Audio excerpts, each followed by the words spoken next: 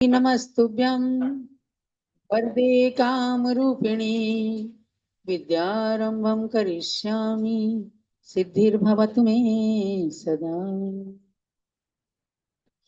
सरस्वती सभा मध्ये सुलक्ष्मी ज्ञान रूपिणी कल्याणी सर्वलोकस्य माता ज्ञानमती मता। बोलो द्वादशांगमयी जिनवाणी माता की जय। सरस्वती की प्रतिमूर्ति परम पूज्य गणिनी प्रमुखारिका शिरोमणि श्री ज्ञानमती माता जी की जय।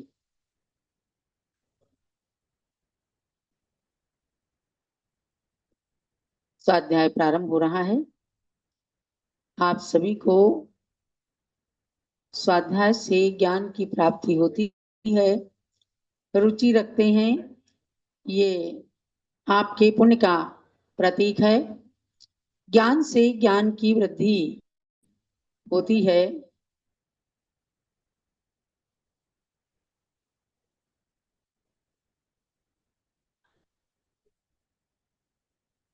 चलिए,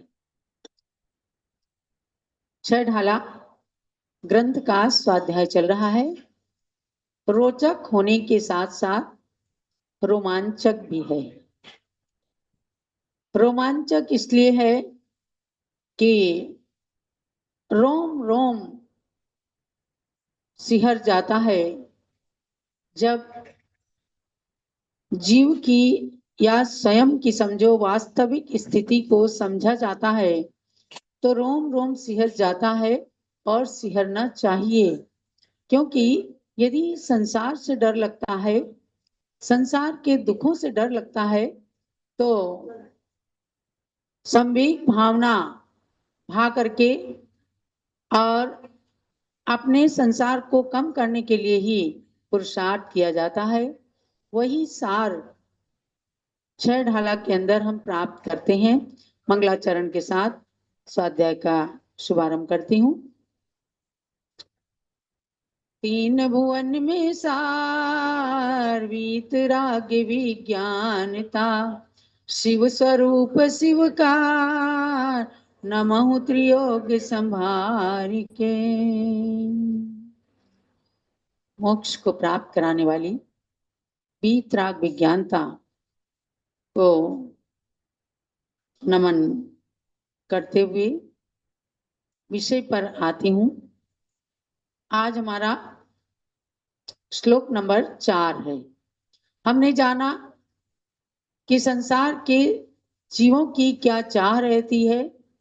दुख से डरते हैं, सुख को चाहते हैं और गुरु की वाणी को जीवन में यथार्थ उतारने का प्रयास करने के लिए प्रेरणा प्रदान की गई है। यह भव्यात्मन, तेरे संसार भ्रमण की कथा बहुत लंबी है और जहां पर अनंत काल निगोद के अंदर निकाला गया, ऐसी एकेंद्री की निगोद पर्याय को पा करके बड़ी मुश्किल से आगे का सफर तय होता है। चतुर्थ चौपाई के माध्यम से जानेंगे निगोद के दुख और निगोद से निकलकर जो त्रस्त पर्याय प्राप्त होती हैं उनके बारे में। एक श्वास में 8-10 बार जन्म्यो मरियो भरियो दुख भार निकसी भूमि जल पावक भयो पवन प्रतीक वनस्पति थयो। क्या कहते हैं? इस जीव ने एक श्वास में निगोद के अंदर क्या किया है? एक श्वास में 18 बार, यानी जो मानव की श्वास है उतनी देर की श्वास में 18 बार जन्म मरण किया है। जन्म्यो मरियो बहु भरियो दुख भार, जन्म और मरण करते हुए बहुत भारी दुखों को सहन किया है। आपको समझना है कि हमने बताया था निगोद 2 तरह का होता है। एक नित्य निगोद और एक इतर निगोद। तो नित्य निगोद कहाँ है? 7वें नरक के नीचे नित्य निगोद। जहां पर जीव रहते हैं वे तो समझो साधारण पर्याय में, साधारण वनस्पति की पर्याय कह ले हम उनको। तो जहां से ये जीव ना अब तक निकला है और ना आगे निकलेगा, ऐसा नित्य निगोद का स्थान। और जहां से 6 महीने 8 समय में 608 जीव हमेशा निकलते हैं, मोक्ष को प्राप्त करते हैं, तो भी नित्य निगोद का स्थान कभी भी खाली नहीं होता। वहां अनंत निगोदिया जीव एक श्वास में 18 बार जन्म मरण के महान दुखों को प्राप्त करते हैं। यहाँ पर चिंतन किया, खोज किया, तो पता चला कि श्वास कौन सी हैं। देखो, श्वास भी दो तरह की हैं। एक नाड़ी का श्वास होता है और एक उदर का श्वास होता है। जब हम नमोकार महामंत्र का उच्चारण श्वासोच्छ्वास के साथ करते हैं तो एक बार श्वास लेना उदर के सहारे से, नाक के सहारे से, और एक बार श्वास को छोड़ना, ये एक श्वासोच्छ्वास कहलाता है। लेकिन यहाँ पर नाड़ी जिससे पल्स मापते हैं, पहले वैद्य लोग नाड़ी से ही नापते थे आपकी नाड़ी कैसी चल रही है। आजकल मशीनें आ गई, उंगली में लगाई जाती है और पल्स बता देती है। तो एक स्वस्थ मनुष्य की पल्स जब नापते हैं तो 1 मिनट के अंदर 72 से 75 पल्स अगर आई हैं तो उसको, उसकी नाड़ी स्वस्थ मानी जाती है।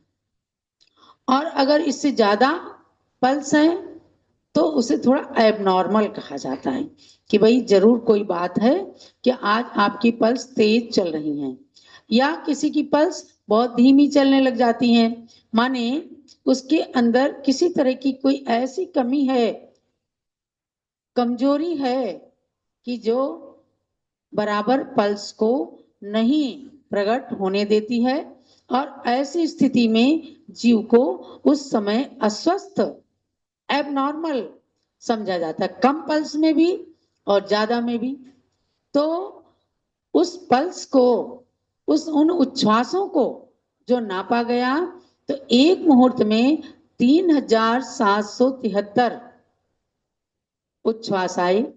यानी स्वस्थ मनुष्य की नाड़ी की पल्स जो उच्छ्वास शब्द से कही गई है वह 48 मिनट के अंदर 3773 बार आई। तब 1 मिनट के अंदर उसको जब मापा तो 3773 को 48 से भाग दे दिया, तो उसमें क्या हुआ, 78.60 ये पल्स की संख्या प्राप्त होती है। यानी कि एक मुहूर्त हुआ 3773 उच्छ्वास का, एक मुहूर्त हुआ। पल्स से नापे उच्छ्वास या उच्छ्वास से नापे पल्स, तो कुल मिलाकर के उच्छ्वास जो है नाड़ी की पल्स से नापी गई।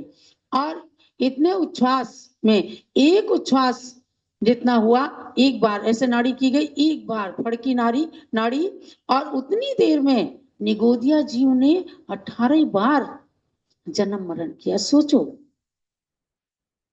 कि कैसा जीवन है, और ऐसे जीवन को हम सब ने भी प्राप्त किया।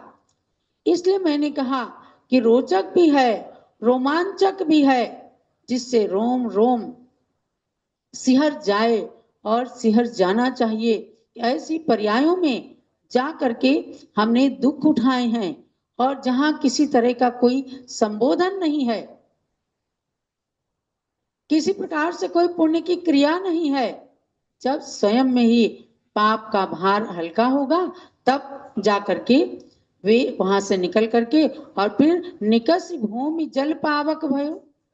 जब निगोदिया जीव वहां से निकलेगा तो कहा, पृथ्वी कायिक, जल कायिक, अग्नि कायिक, वायु कायिक, वनस्पति का में प्रत्येक वनस्पति, कोई पेड़ पौधे हो गए, साधारण वनस्पति की पर्याय में तो है ही समझो, और प्रत्येक वनस्पति की पर्याय में आ जाते हैं तो वह भी दुखदाई ही होती है।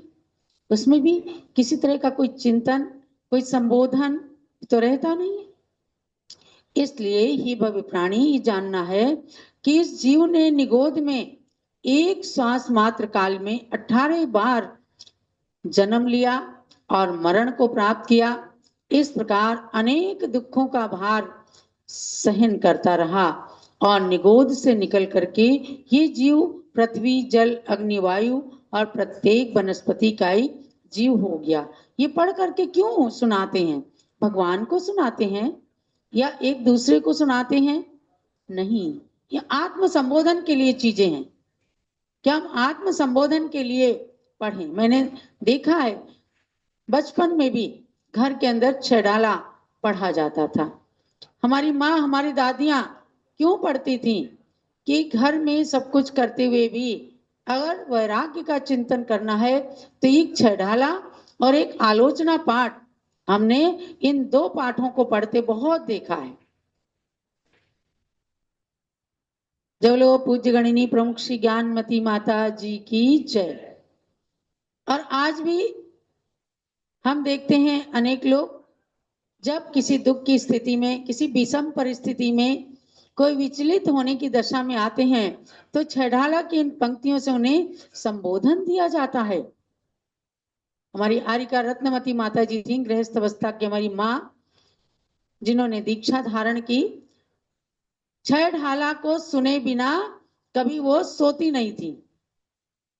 और हमारे संघ की बालिका बीना बहन जी, जो आज संघ संचालिका है, रोज सुनाती थी।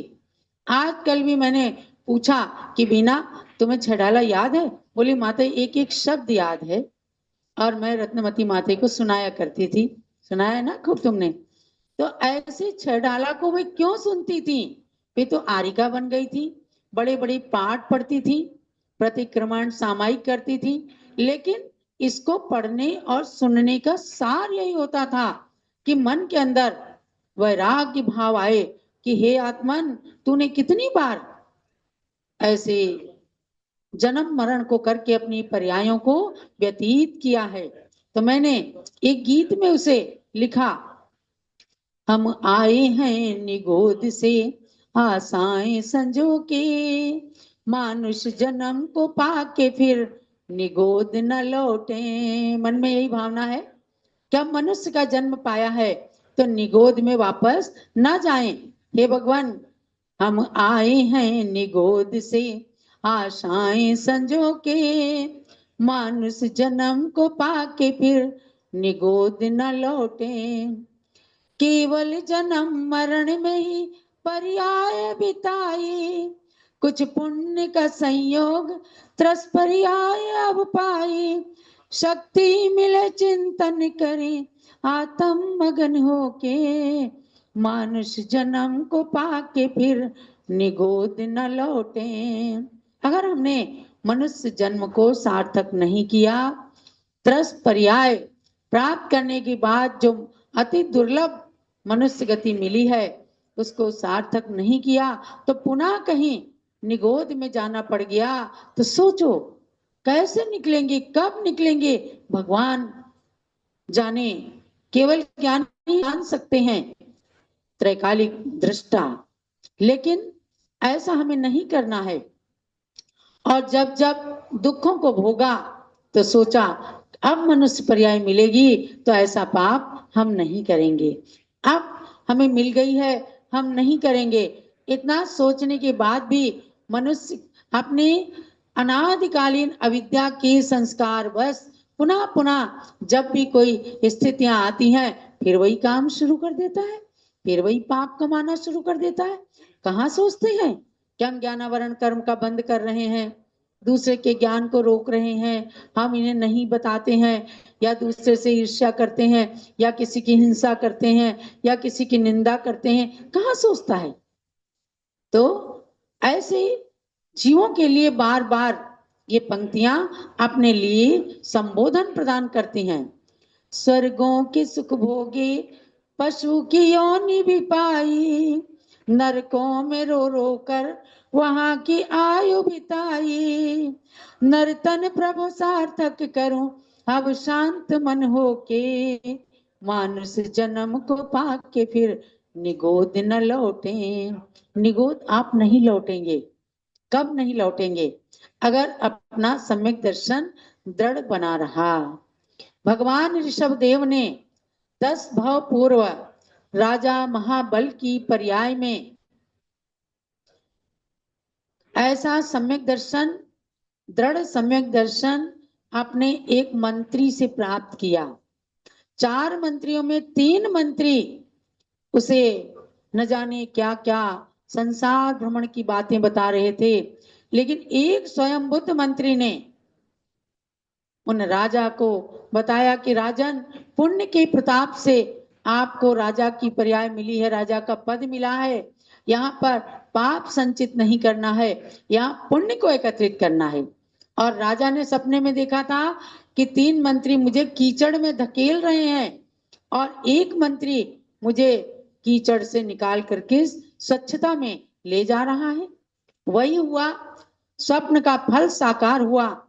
एक निमित्त ज्ञानी मुनिराज ने बताया कि स्वयं बुद्ध मंत्री, शीघ्र जाओ, तुम्हारा राजा तुम्हारा इंतजार कर रहा है।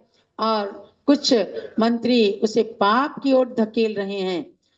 उसने जा करके राजा को सम्यक दर्शन में दृढ़ किया और वो सम्यक दर्शन ललितांग देव की पर्याय में भी जाकर वहां दृढ़ बना रहा। आगे जाकर उसी सम्यक दर्शन की दृढ़ता से उन्होंने 10वें भव में भगवान ऋषभ देव तीर्थंकर का पद प्राप्त कर लिया। अब जिन्होंने मिथ्यात्व की ओर, गलत मार्ग की ओर धकेलना चाहता था, उनमें से 2 जने तो नरक में चले गए और एक बेचारा निगोद में चला गया। नहीं कहीं दिख रहा था तो केवल ज्ञानी मुनिराज से पूछा, बताया कि मिथ्यात्व के प्रभाव से निगोद में चला गया। अब अपने आप ही पाप हल्का होगा तो कभी त्रस पर्याय मिलेगी, अन्यथा मिलने वाली नहीं है। ऐसे सब बातों का चिंतन करके ही मनुष्य कभी तीर्थंकर प्रकृति का बंध कर लेता है। कैसे मैं अपनी आत्मा को संसार समुद्र से निकाल दूं और दूसरे जीवों को भी मैं संसार से निकाल करके मिथ्यात्व से सम्यक्त्व की ओर ले आऊं, भेद विज्ञान उत्पन्न करा दूं, उसे पापों से मुक्त करा दूं। यही भावना जब रहती है, स्वयं की दर्शन विशुद्धि और पर को भी सम्यक दर्शन में दृढ़ करना, इससे अधिक कोई दर्शन विशुद्धि भावना नहीं हो सकती। ऐसी दर्शन विशुद्धि भावना आज भी पंचम काल में लोग भाते हैं और 16 कारण के व्रतों को कर करके दर्शन विशुद्धि, विनय संपन्नता, शील व्रते सनतिचार आदि भावनाओं को भाते हैं। आज भी चैत्र कृष्ण का 16 कारण, चैत्र मास का 16 कारण पर्व चल रहा है। रोजाना आपको पूज्य माता जी एक एक मंत्र का जाप कराती हैं। ठीक क्या है, तीर्थंकर प्रकृति का बंध सहज में नहीं होता और आज तो हो ही नहीं रहा, क्योंकि न तीर्थंकर भगवान है साक्षात और ना वैसी भावनाएं भाने वाला कोई। लेकिन फिर भी उन भावनाओं की पूजन की जाती है, उन भावनाओं को भाया जाता है। व्रत भी करते हैं शक्ति के अनुसार, एक आसन या उपवास से। तो इसलिए कि आगे आने वाले काल में, चतुर्थ काल में, हमें ऐसा मौका, ऐसा अवसर मिल जाए, पुण्य मिल जाए कि हम तीर्थंकर प्रकृति का बंध कर सकें। तो भव्यात्माओं, यहाँ एक श्वास में 18 बार जन्म मरण की जो बात कही है, वो नाड़ी के श्वासोच्छ्वास से समझना, नाड़ी के उच्छ्वासों से, कि एक अंतर मुहूर्त के अंदर नाड़ी की पल्स जो चलती हैं, उनकी गिनती की गई तो 3773 उच्छ्वास आए और उनमें से एक उच्छ्वास के अंदर ये जीव 18 बार जन्म मरण कर रहा है। ऐसी स्थिति हमने भी प्राप्त की है। आगे प्राप्त ना करना पड़े, ना हमें स्थावर योनि में जाना पड़े, ना हमें निगोद में जाना पड़े। अब जो काल निकल गया वो निकल गया, लेकिन आगे ऐसा वैराग्य रखें, संसार के अंदर भी रह करके ऐसा भेद विज्ञान कुछ देर के लिए सामायिक में चिंतन करते हुए इन पंक्तियों को जीवन में साकार करें। यही बात पंडित दौलत राम जी ने जो कहा, उन्होंने गुरु की विशेषता बताते हुए कि शिक्षा मैं नहीं दे रहा, ये गुरु की शिक्षा है। जो सच्चे गुरु होते हैं वे करुणा पूर्वक संसार की प्राणियों को ऐसी शिक्षा दे करके और संसार से निकलने का पुरुषार्थ कराते हैं, स्वयं भी करते हैं। तो आज इस चौपाई का, इस पद्य का यही सार हमें समझना है कि हम सम्यक दर्शन को दृढ़ रखें, ताकि कभी भी इन तुच्छ योनियों में हमें नहीं जाना पड़ेगा और हम आगे निश्चित रूप से तीर्थंकर आदि बनने की ओर अग्रसर हो सकेंगे। तो उन गुरुओं की महिमा जानकर हम गुरु पूजा की ओर अब चलते हैं।